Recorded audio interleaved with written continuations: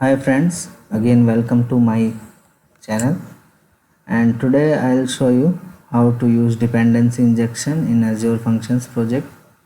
So dependency injections are basically when you want to use some class in your another class and you don't want to create the object of that class directly.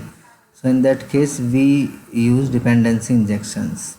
Okay, and dependency injection has more benefits like reusable code, and you can say it is less coupled classes.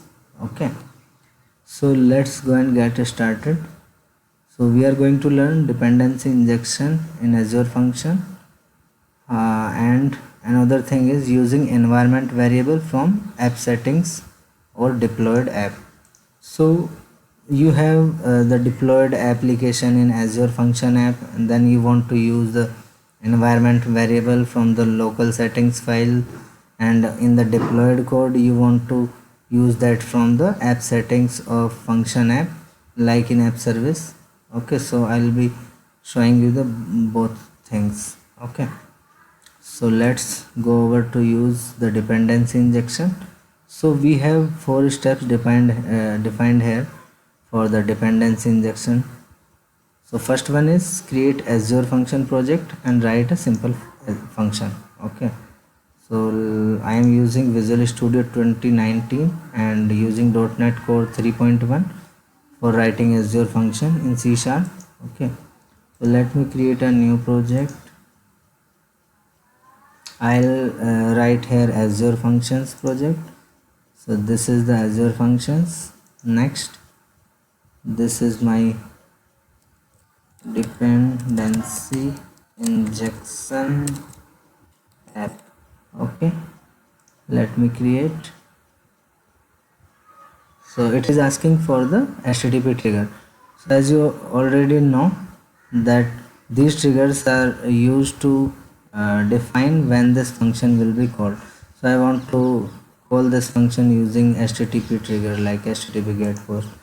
I don't want to use any storage account for now and any authorization level. So let me create the function. Now the project has been created. Okay, I just want to remove unnecessary things as I don't need. Just simple want to write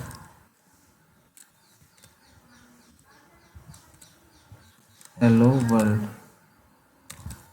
Okay, so now let me run this function simply.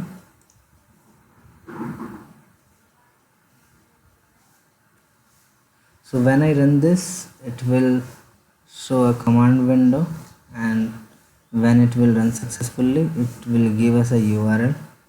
Okay, so this is the URL through which we can call this function. So let me call this. It is coming here and it will return the hello world, right? So now your function is uh, completed. You can write any code you want here, any logic. Okay, now let's go to another thing, that I want to use dependency injection in this. So for dependency injection, actually I need to create a class.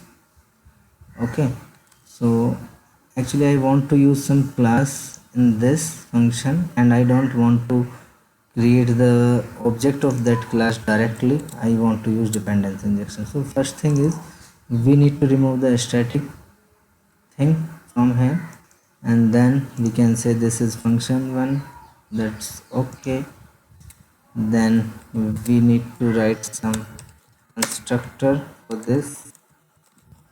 Okay, because we want to inject the constructor injection. Okay, so I'll add that code later, but okay, so I need to add then a class and interface. So let me add an interface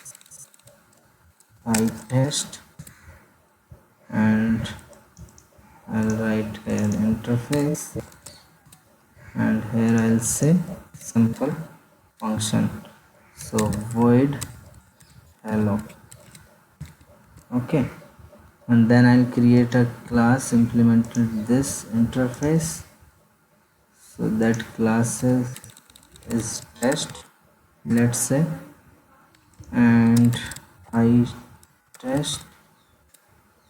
I need to implement the method of this interface.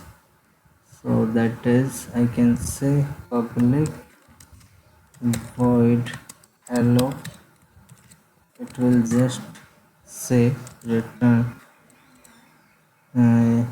we can say return nothing, or we don't need to actually define this.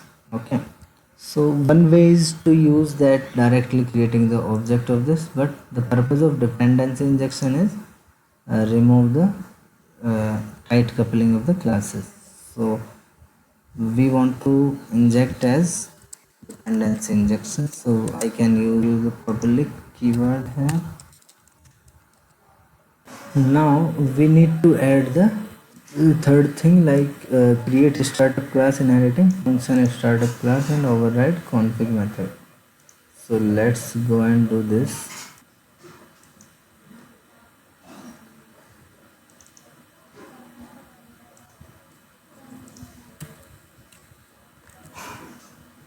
So here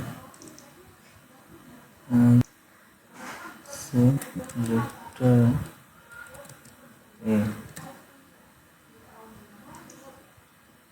Okay, so here I have defined, so I should use it like private read only.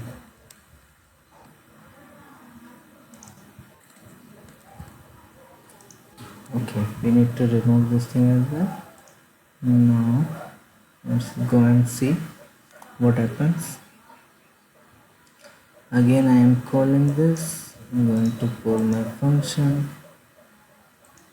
Now it is saying the hello world and the integer. So this is how we can inject the another class into the Azure function class, right? So now let's go to the another thing that we mentioned, using environment variable from app setting, or you can say the local JSON file. So for this is the third slide. There is a file local settings.json. So by default there is a class that is created into the application. So you can see this is a local settings JSON file, and if I say I want to use some app variable,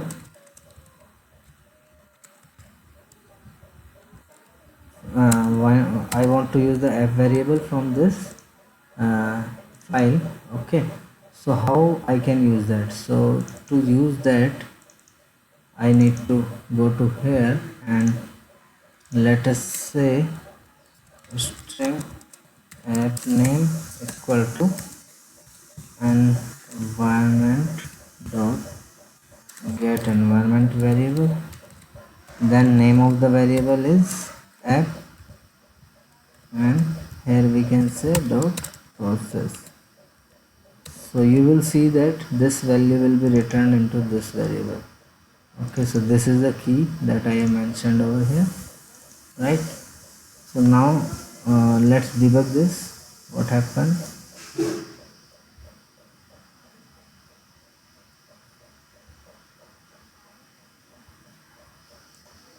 Let me run this, and it is saying, so in the app name you can see the test app that you have provided in the local settings file. So it can be accessed here and you can use it further, right? So this way you can easily use your environment variable from Azure Functions local settings file, and when you will deploy this application to the Azure Function app, then also it will work, so you don't need to change anything in there. So that's it friend, thanks for watching.